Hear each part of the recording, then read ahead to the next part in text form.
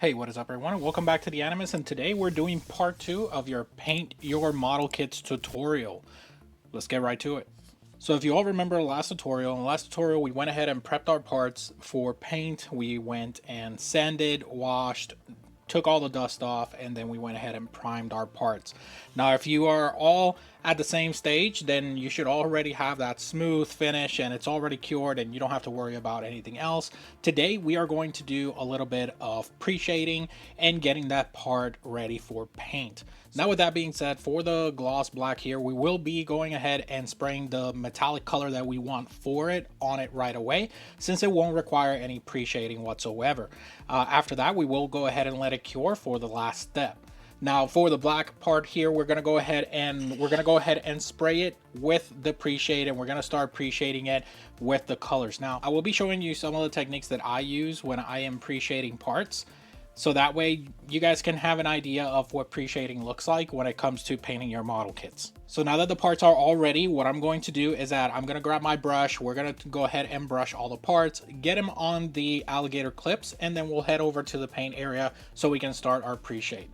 Now, for those of you that are not familiar with what pre-shading means, when you're pre-shading your model kit, basically you're trying to give it that depth, so that way the paint has a little bit of that life, or give it a little bit of shadowing, so that way you can bring that kit to life so it doesn't look like you have flat paint. Now granted, if you want your kit to look like a brand new car, like I've mentioned in other videos before, then it's not an issue with you just painting it with just normal paints and not doing any type of pre-shading and just using the colors that you would want. However, if you want to bring a little bit more depth into your kit, then you want to make sure that you do a little bit of pre-shading. So the best example I can give you is right now we're working on the 160 new, and as you can see here, we went ahead and got it a little bit pre-shaded just to give it that depth, so that way it gives it a little bit more life when it's on display. So with the gray and the black, I will be showing you two different techniques that I use when I am pre-shading parts.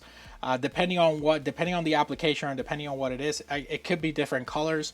Sometimes, depending on what type of pre-shading you're trying to use, then most people will like highlight in blue or highlight in, black, or sometimes pink, depending on the colors pattern of your model kit. For this case, this is a shield for the Aegis Gundam. So what we're going to do is that we're gonna go ahead and do a little bit of highlight for this shield, these parts of the shield right here, and we are going to go ahead and then color separate it. So today we're going to focus on getting that pre-shade adequately and then spraying that initial layer of paint, so that way we can then focus on the next step. All right, so let's go ahead and get to the workstation and go from there. Now before we go to the workstation, I do want to mention that when you are pre-shading colors like gray, then the type of pre-shading that you're going to use is a little bit different from when you're pre-shading other parts.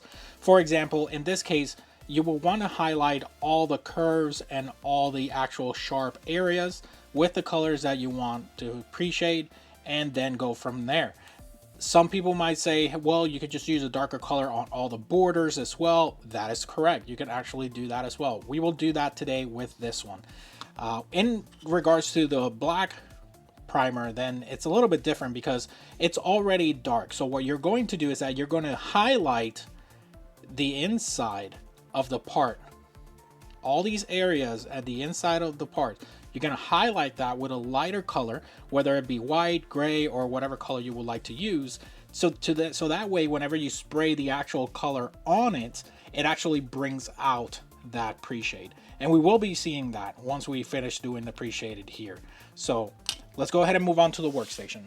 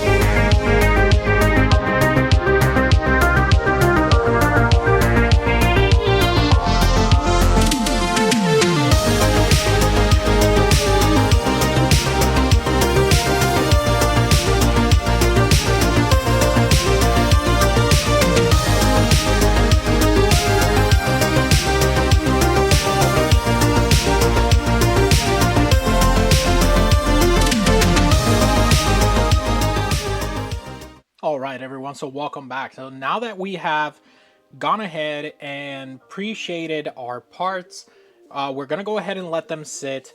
I know that I said that I was gonna use the gloss black to paint, you know, with a metallic color, but I decided that instead of doing that, I am going to show you a third technique of pre-shading, which is pre-shading with colors instead of using you know, black or gray to pre-shade a color. So we're gonna go ahead and do that instead, so that way you guys have 3 techniques that you can use whenever you are pre-shading your models, and then we can go from there.